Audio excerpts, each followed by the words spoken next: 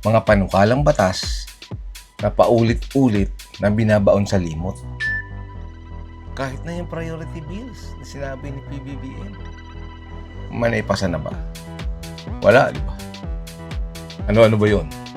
Anti-political dynasty law, Cadena Law, Independent People's Commission Act, Party List System Reform Act. Bakit nila tinuupuan at tinutulugan? Kasi kapag naging batas ang mga yan, may mawawalan. May mawawalan ng benepisyo. May mawawalan ng kapangyarihan. Mawawalan sa pwesto. Kaya hanggat maaari ayaw nila maging batas yun. Pero kung tatanungin mo sila, kunyari gusto nila. Kunyari lang yun. Kunyari suportado nila yun. Pero bakit hindi kumikilos? Bakit hindi kumikilos? Kasi ayaw nila solusyonan. Kaya huwag tayo magtataka kung hindi natatapos ang problema. Hindi natatapos ang mga kaguluhan. Bakit? Dahil may nakikinabang.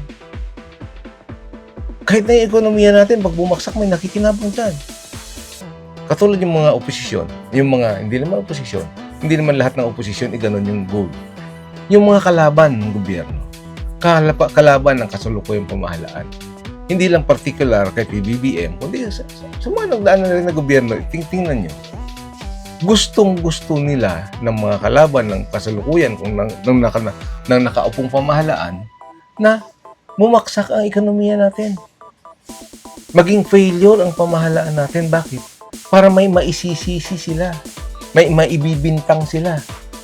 May mapupuna silang mali. Na kunyari, mapapalabas na kung sila nakaupo, hindi ganyan ang mangyayari. Ganun po ang drama dito sa ating pamahalaan. Ganun po ang kaguluhan. Tama, may mga kalaban ng ating pamahalaan sa kasalukuyan. Ano ginagawa? Puro destabilisasyon, puro paninira, puro walang ginawang speech na makakabuti sa ating bansa. Puro kasiraan. Ganun sila, ganun katindi ang mga ganid na yan na politiko. Kaya mag-ingat tayo. Huwag tayo pauuto sa kanila.